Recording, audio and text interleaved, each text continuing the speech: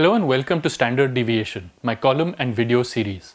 Today I'm going to be speaking to you about how fuel prices in India are supposed to be market linked and done transparently, but actually have a strong link to election dates. The Narendra Modi government is using its overwhelming dominance in the fuel market not for strategic or financial reasons, but for political opportunism, and this must stop immediately.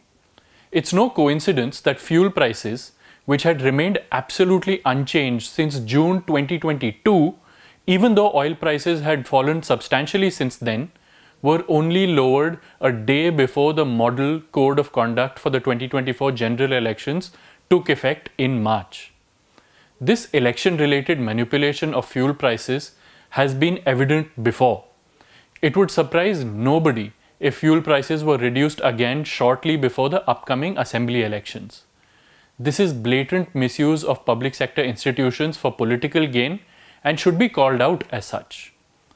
International oil prices fell below $70 a barrel last week and have hovered around that level since.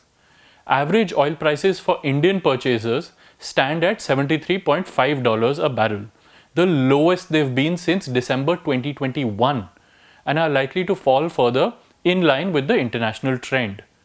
This should mean that fuel prices in India, which are supposed to be revised daily based on the prevailing oil prices, should also have decreased, right? Wrong. They have barely changed since June 2022. The government-run oil marketing companies, or OMCs, which are IOC, BPCL and HPCL, control about 90 to 95% of the retail fuel market in India. Of the three parties affected by fuel prices, which are the consumers, the government and the OMCs themselves, surely these public sector OMCs have kept the interests of the consumers at the forefront? Wrong again. Since September 2022, it's been the OMCs and the government that have been the primary beneficiaries of high fuel prices, often at the expense of consumers. But okay, since it is the OMCs that officially set fuel prices and not the government, it should be clear that there can be no link with politics or elections, right? Wrong for the third time. There's in fact a strong link between election dates and fuel prices. In June 2017, the government introduced a dynamic fuel pricing policy under which petrol and diesel prices were to be revised daily based on the prevailing price of oil. This market-linked, transparent mechanism worked well during the first term of the Modi government. In the second term, however, distortions began to appear. An analysis by ThePrint in December 2022 found that OMCs increasingly kept fuel prices unchanged in the run-up to assembly elections, only to raise them soon after the elections were over. In June 2022, the OMCs abandoned the dynamic pricing policy entirely and froze fuel prices. This freeze lasted nearly 2 years until March 2024, when they reduced fuel prices by Rs 2 per litre and have kept them frozen since then. Now, the thing is, freezing prices was a good idea given the turmoil in the oil market due to Russia's invasion of Ukraine in Jan 2022. Oil prices shot up to $116 a barrel by June, and passing this increase on to Indian customers would have hurt them tremendously. When OMCs, which purchase and refine oil to sell fuel, keep fuel prices relatively low during periods of high oil prices, they naturally incur losses. As they bear these losses to protect customers, it's fair to allow them to recoup these losses before returning to dynamic pricing. I have no problem there. The problem arises when the OMCs not only recoup their losses but also make huge profits and pay large dividends to the government, yet still do not lower fuel prices to benefit customers. Unless elections are approaching, of course. A more recent analysis by ThePrint found that the financial impact of absorbing high oil prices was short-lived. While state-run OMCs experienced 2 quarters of losses from April to September 2022, they quickly returned to profitability.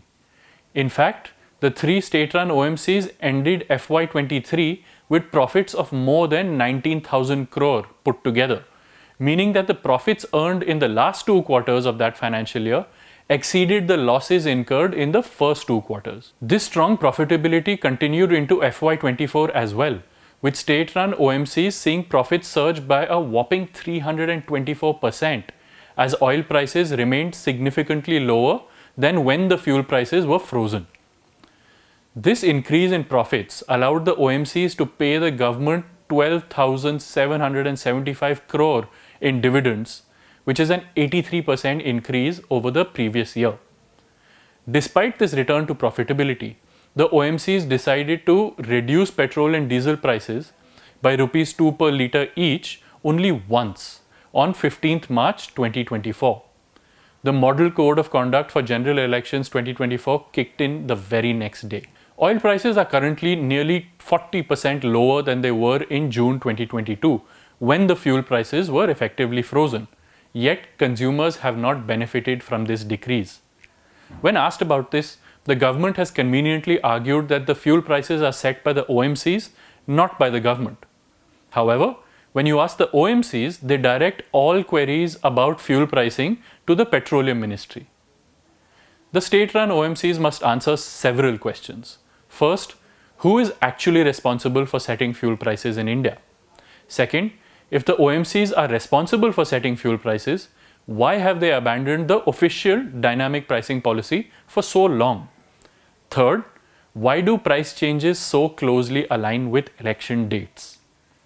If the government is indeed setting prices, which is by far the more likely scenario despite its claims, then it should officially discard the daily pricing policy adopted in 2017. You can't have an official policy stating one thing while actual practice demonstrates the opposite. This shift in how fuel prices are determined in India has undone the transparency introduced earlier, moving to an opaque system that lacks credibility. Yet, the government doesn't seem to care about this regression. Don't be surprised if the PM announces a gift to the nation just days before the next assembly election. But on that note, that's all from me. Thank you for watching.